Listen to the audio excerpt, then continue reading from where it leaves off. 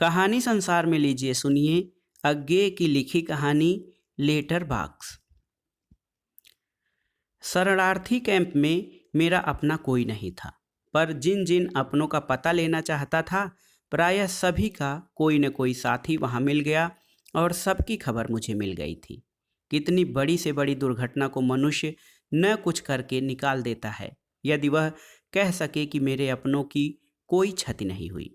मैंने कैंप के बाहर निकलकर कई एक चिट्ठियां लिखी, कुछ जिनके पते मिल गए थे और उनको, कुछ अपने और परिचितों को जो उनके बारे में जानने को उत्सुक होंगे।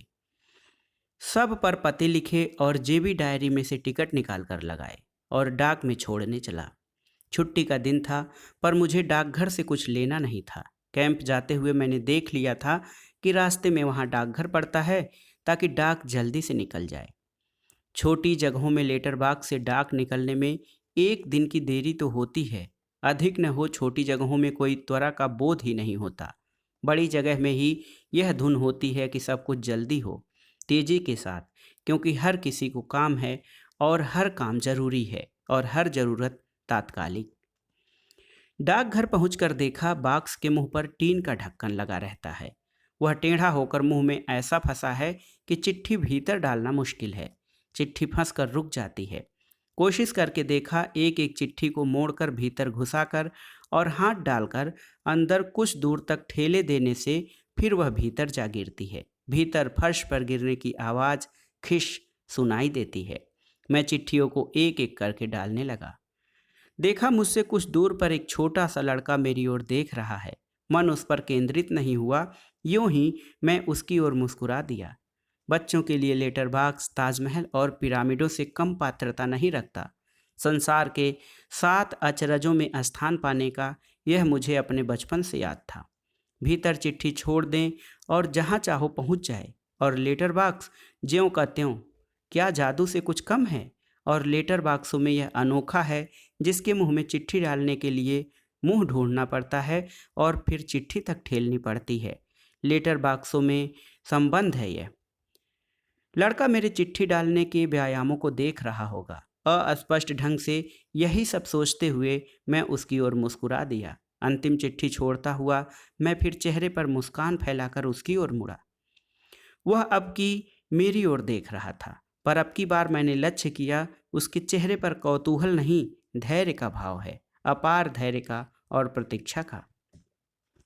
मैंने लेटर बॉक्स से हाथ निकाला और जाने को हुआ कि लड़के ने जैसे साहस बटोरकर पूछा, जी, इसमें कहाँ की चिट्ठी जाती है? मैंने कहा, सब जगह की। तुझे कहाँ भेजनी है चिट्ठी? बाबूजी को। हाँ, मगर कहाँ, कोई जगह भी तो हो। कहते हुए मैंने देखा उसके हाथ में एक कुचला मुचला पोस्ट कार्ड भी है। मैंने उसके लिए हाथ बढ़ाकर कहा, देखूं? उसने कुछ अनाश्वस्त भाव से पोस्ट कार्ड मेरी ओर बढ़ाया। मैंने उसे हथेली पर बिल्कुल सीधा किया। देखा कि पोस्ट कार्ड पर तो मोटे मोटे अक्षरों में कुछ लिखा है, पर पते की जगह खाली है। मैंने हंसकर, पता? पता भी तो लिखना होगा पगले। क्या पता है? सो तो बाबूजी बताएंगे, मुझे क्या मालूम। आवाज रुआसी हो गई और मैंने देखा होठों की कोर कांप रही है। मैंने तनिक नरम होकर पूछा, तुम्हारा घर कहाँ है? शेखपुरे। अब स्थिति बिजली की कौंध की तरह मेरी समझ में आ गई। मैंने उसे ध्यान से देखा। उम्र कोई 5 वर्ष, उजला गोरा रंग, यद्यपि इस समय मैल की धारियों ने उसे छिपा लिया है। तन पर एक फटी कमीज, एक और भी फटा कोट, कमर के नीचे नंगा, टांगों पर जहां तहां चोटों के सूखे खुरंट और पैर सूजे हुए, सिर नंगा, बाल रूखे और कुछ भूरे से आंखों में एक गहराई जो निरी बचपन की गहराई नहीं, एक छिपाव, एक काठिन्य और दूरी लिए हुए। मैंने और भी नरम स्वर में पूछा, शेखपुरे में कहाँ? बीरावली। बाबूजी तेरे वहीं हैं? नहीं, वहां से तो चले थे। तू यहाँ किसके साथ आया? एक आदमी के साथ। कौन आदमी? नाम नहीं पता। नहीं, रास्ते में था। मैं डाकघर के बरामदे की रेलिंग के सहारे बैठ गया और उससे पूरी बात पूछने लगा। लड़के का नाम था रोशन। घर से वह माँ और चाचा के साथ चला था लाहौर जाने के लिए। पिता भी गांव से शेखपुरे तक आए थे, वहां से अलग हो गए एक दूसरे गांव में जाने के लिए, जहां से रोशन की बुआ और फूफा को लाना था। दोनों बूढ़े थे और बाल बच्चा उनका कोई नहीं था। 2 बेटे जंग में मारे गए थे जापान की तरफ। लाहौर में आ मिलने को कह गए थे।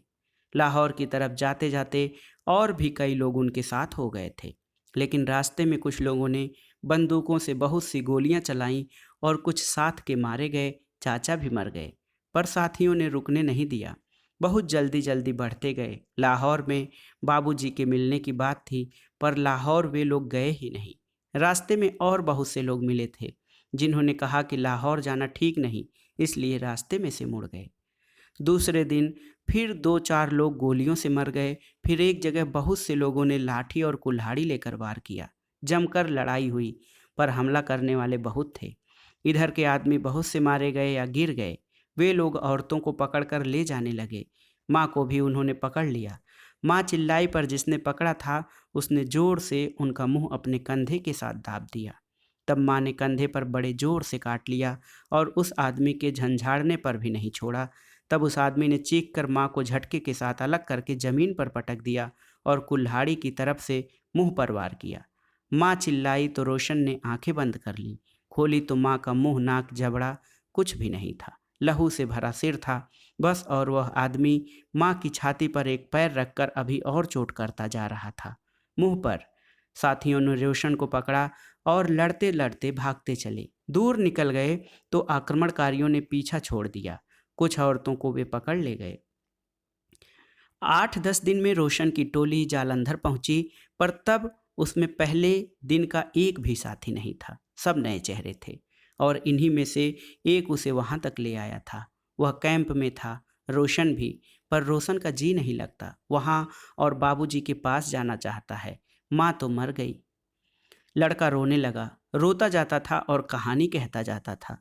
मैं और भी कुछ पूछ सकता, पर इससे आगे जानने को क्या था। मैंने कहा, रोशन तू कैंप में लौट जा और वहीं रह अभी। मैं तेरा नाम और कैंप का पता देकर रेडियो से खबर करवाऊंगा। तेरे बाबूजी अगर सुनेंगे तो तुझे चिट्ठी लिखेंगे और फिर यहीं कैंप में आ सकेंगे, समझा। मैं उसकी पीठ थपथपा कर उठा। और मेरी चिट्ठी, मैं भी तो उन्हें लिखना चाहता हूँ। मैं ठिठक गया। हाँ, तेरी चिट्ठी, तेरी चिट्ठी, आगे क्या कहूँ। बच्चे से धोखा करना बहुत बड़ा पाप है। मैंने कहा, इस कार्ड को तू सेखेपुरे गांव के पते पर डाल दे। वहाँ से तो चले गए, बुआ के गांव गए थे, वहाँ का पता? वहाँ तो उनको लेने गए थे, वहाँ बैठे थोड़े ही रहेंगे। ठीक कहते हो बेटा, लड़के का तर्क बिल्कुल ठीक है। मैं उसे क्या बताऊं कि कहाँ का पता लिखें जिससे पत्र उसके बाबूजी को मिल ही जाए। सोचकर मैंने कहा, लेकिन वहाँ से डाक खाने वाले आगे भेज देंगे ना, जहाँ तेरे बाबूजी गए होंगे। डाक खाने वालों को क्या पता भला। तुम कुछ नहीं जानते बाबू साहब, मेरी चिट्ठी मुझे दो। मैंने चाहा कहूँ, बेटा ठीक कहते हो तुम, मैं सचमुच कुछ नहीं जानता, पर प्रत्यक्ष मैंने केवल कहा, लो। उसने पोस्टकार्ड फिर मेरे हाथ से ले लिया। मैंने मेहनत से उसे सीधा किया था, फिर उसने उसे कस कर पकड़ा और पहले सा मरोड़ लिया। मैं धीरे धीरे वहाँ से हटकर चलने लगा।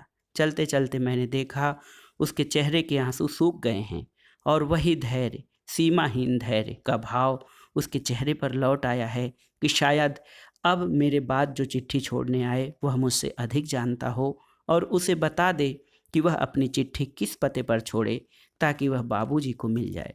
तो दोस्तों, ये थी अज्ञे की लिखी विभाजन के दौर की अत्यंत ही मार्मिक कहानी, लेटर बॉक्स। कहानी आपको कैसी लगी हमें कमेंट बॉक्स में ज़रूर बताइएगा। कहानी सुनने के लिए धन्यवाद दोस्तों। नमस्कार।